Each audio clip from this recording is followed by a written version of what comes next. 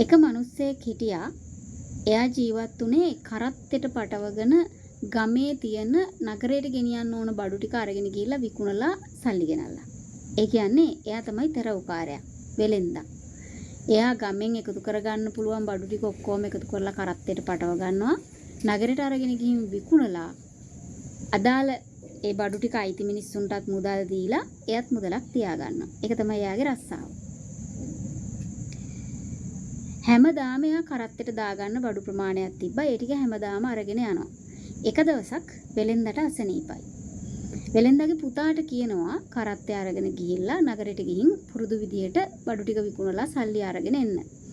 ගමේ මිනිස්සුන්ට හවසට සල්ලි බේරන්නත් ඕනේ. පුතාට තාත්තත් එක්ක ගියපු පුරුද්දක් තියෙනවා. ඒකින්ද එයා දන්නවා කොතනින්ද බඩු ටික ගන්න ඕනි කියලා. ඉතින් පුතා තාත්තා වගේම ගමේ ඇවිදලා බඩු ටික අරන් පුරවගෙන නගරයට යනවා. යන අතරමඟදී නගරයට කිට්ටුව තියෙද්දී ගොන්නු දෙන්න තවදුරටත් කරත්තේ අදින්නේ නැතුව නතර වෙනවා. කරත්තෙත් කැඩෙනවා. දැන් යන්න බෑ. අර දුනු කැඩෙනවා කියන්නේ ඒ වගේ එකක්. දැන් යන්න බෑ. කොහොම හරි පුතා අමාරුවෙන් කරත්තේ හදාගෙන තව ටික දුරක් යනකොට ආයිත් කරත්තේ කැඩෙනවා. එදා බාණ්ඩ ටික නගරයට ගෙනියන්නවත් විකුණ ගන්නවත් බැරි වෙනවා. කොහොම හරි රෑදේ ගොඩ හරියේ පුතා ගෙදර එනකොට තාත්තා බලාගෙන ඉන්නවා. ගමේ මිනිස්සුත් බලාගෙන ඉන්නවා. පහුවදා උදේ ගමේ මිනිස්සු ගෙදරට ඇවිල්ලා හොඳටම දොස් කියනවා. දැන් කලින් දවසේ වෙලඳාමත් නැහැ. දෙවෙනි දවසේ වෙලඳාමක් කරන්න විදියකුත් නැහැ. කරත්තෙත් කැඩිලා. කරත්තේ මග දාලා තමයි පුතා ගෙදර එන්නේ. පුතාට හරි කනගාටුයි. එක දවසයි තාත්තා අසනීප වුණේ. පුතාට බැරි වුණා ගෙදර ආදායම ආරක්ෂා කරගන්න.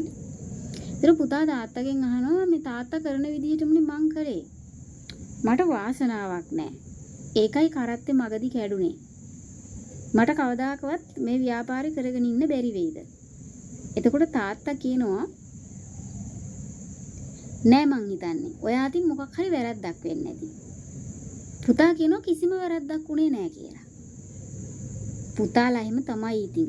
තාත්තලා කියන දේ එකපාරටම පිළිගන්නේ නෑනේ. එතකොට තාත්තා අහනවා කොහෙන්ද කරත්තෙට ට්‍රැක්ටරේට කියලා කියවෙන්නේ කී. කොහෙන්ද කරත්තෙට බඩු පටව ගත්තේ කියලා. එතන පුතා කියනවා අහවල් තැන් වලින් බඩු පටව ගත්තා. එතකොට තාත්තා අහනවා වෙනදාට මම පටවන්නේ නැති මොනවා හරි දෙයක් ඔයා කරත්තෙට පැටවුවද? පුතා කල්පනා කරලා කියනවා ඔව්. මොනවද? පුළුම් මිටි 8කුයි මොනර පිල් මිටි 4කුයි. පුළුම් මිටි 8කුයි මොනර පිල් මිටි 4කුයි. තාත්තා hina වෙලා කියනවා අන්න ඒක තමයි කරත්තේ කැඩෙන්න හේතුව. අන්න ඒක තමයි ගොන්නු දෙන්න තවදුරටත් කරත්තේ අදින්න බෑ කියලා නතර වෙන්න හේතුව. පුළුම් කිව්වම බරක් දැනෙන්නේ නෑනේ.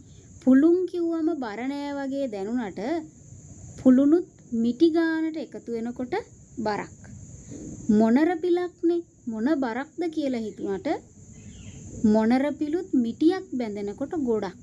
මිටි 4ක් කියන්නේ ලොකු බරක්.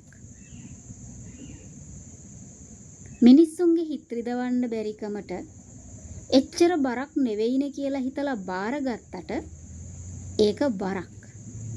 කරත් එකට ගෙනියන්න පුළුවන් බරක් තියෙනවා. ගොන්නු දෙන්නෙකුට අදින්න පුළුවන් බරක ප්‍රමාණයක් තියෙනවා. ඒ ප්‍රමාණය ඉක්මවා ගත්තොත් කරත් එකටයි ගොනෙකුටයි වෙන්නේ ඒක තමයි. ව්‍යාපාරයකට වෙන්නේ ඒක තමයි. ඔය කතාවෙන් ගන්න තියෙන දේ තමයි අපෙන් හුඟ දෙනෙකුට ඔය එක එක්කෙනා වැඩ බාර දුන්නම ඒකත් කරලා දෙන්න බාර ගන්නවා මේකත් කරලා දෙන්න බාර ගන්නවා කෝකත් කරලා දෙන්න බාර ගන්නවා හිත රිදවන්න බැරි නිසා බාර ගන්නවා ඒක එච්චර ලොකු වැඩක් නෙවෙයි නිසා බාර ගන්නවා පුළුවන් කියලා හිතාගෙන බාර ගන්නවා බෑ කියන්න බැරිකමට බාර ගන්නවා අපි ඔය මොන වැඩේ බාරගත්තත්